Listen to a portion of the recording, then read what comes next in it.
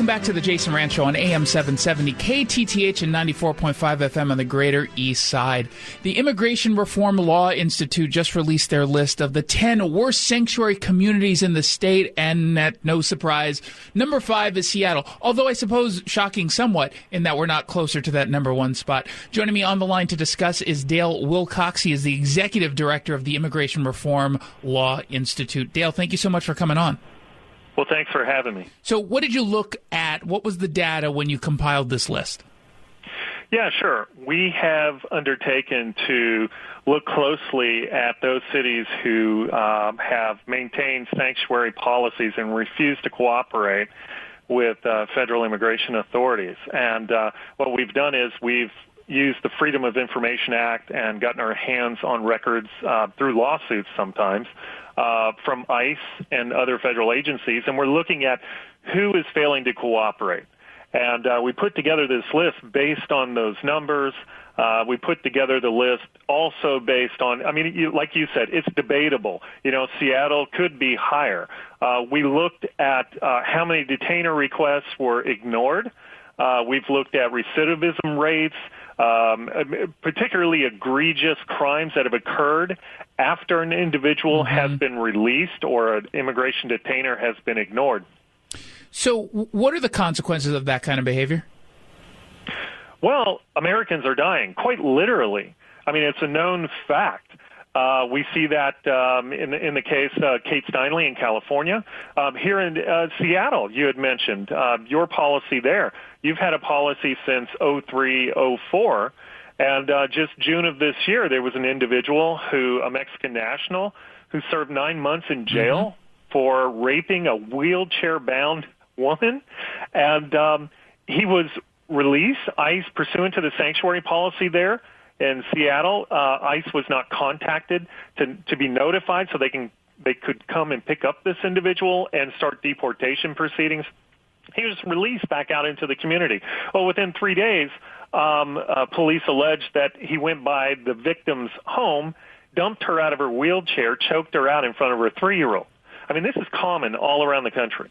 And that, by the way, that's Francisco Carranza Ramirez is the one who was accused of this. We've got a lot of the details, as unfortunate and disturbing as they are, over at KTTH.com. Yeah, and Seattle itself has ignored, in the time period that we looked at, a 27-month time period, they had ignored 370 ICE detainer requests. Now, ICE detainer request basically works like this. When an alien is arrested, the fingerprints are taken, sent to the FBI. FBI shares with DHS. Department of Homeland Security will send a detainer request to the local jurisdiction, say, hey, hold on to that person for us. We want to come and get them to start deportation proceedings. Well, these sanctuary jurisdictions refuse to hold these criminal aliens for pickup by ICE. So Seattle has ignored, during this time period, 370 ICE detainer requests. And over 290 of those cases were for what ICE considers threat level 1 and 2 offenses: rape, murder, assaults, and other violent crimes. Well, and Seattle kind of deals with the triple whammy of just virtue signaling nonsense here, because not only is Seattle a sanctuary city, but it's in King County, which is a sanctuary county, which is in Washington State, which is a sanctuary state. And so when you're talking about Seattle in particular, it seems like it's a no-brainer to be on this list. Yeah, it's sad. Many of the politicians out there are putting the concerns of dangerous illegal aliens over law-abiding residents. It makes no sense. They say that it's so that aliens will not be scared to report crimes to police. Well, guess what? We have special victims visas and crime victim visas, which would put them on a path to a green card. Police and the feds do not arrest witnesses to crimes and victims of crimes. So that's bogus. What this is about, bottom line here, this is leftist trolling for potential future voters. That's all that it is. It's political games that they're playing with citizens' lives. Just joining me, I'm talking with Dale Wilcox. He's the executive director for the Immigration Reform Law Institute. They just named Seattle as one of the worst sanctuary cities all across the country, to come in at number 5. The full list, by the way, is up on the web at IRLI.org.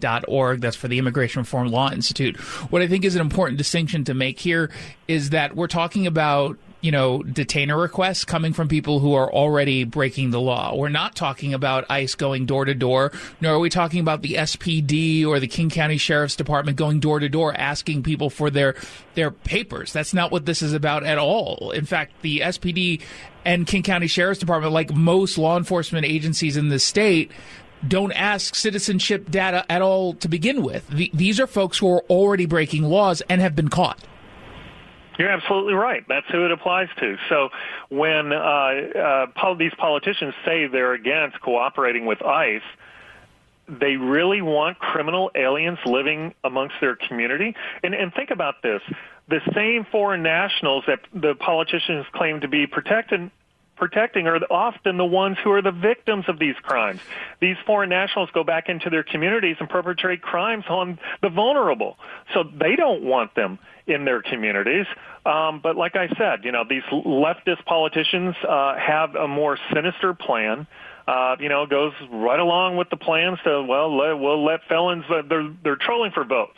They can't get reasonable, rational people to accept their policies, so let's increase our voter base. Let's let felons vote. Let's lower the voting age. Let's let illegal aliens vote. Let's keep the criminals around. We might need their vote. So I suppose that's really playing the long game as far as at least the illegal immigrants and voting rights go. But it is certainly peculiar that all of a sudden, at least, we're having these conversations in such a big way. And, to your point, though, Seattle has had this law on the books, the sanctuary policy on the books for a very long time. Are we actually seeing an increase in sanctuary policies, or are we just seeing an increase in talking about it? I think during the Trump administration, we are seeing an increase in sanctuary policies. You're seeing jurisdictions all across the country in principally Democrat-controlled jurisdictions, big cities, institute these policies. And there are numerous anti-borders groups who are behind this push also. They are facilitating the perpetuation of these policies nationwide. And, we quite frankly, we need to hold these individuals accountable because people are getting hurt. Do you think, though, the way that some Republicans talk about immigration is also hurting the cause? I'm aware that this organization, I believe at some point, I think it still is, you guys are sort of the legal arm for the organization FAIR? Federation for American Immigration Reform.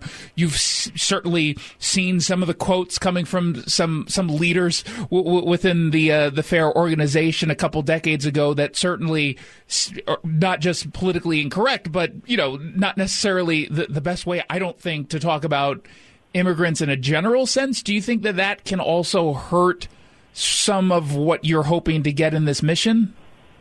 Well, I think that you have to treat all human beings with dignity and respect. I mean, the opposition has a problem with the term illegal alien. I use that because that's what's in the code. That's what's in our law. That's the legally correct term. Undocumented is a euphemism.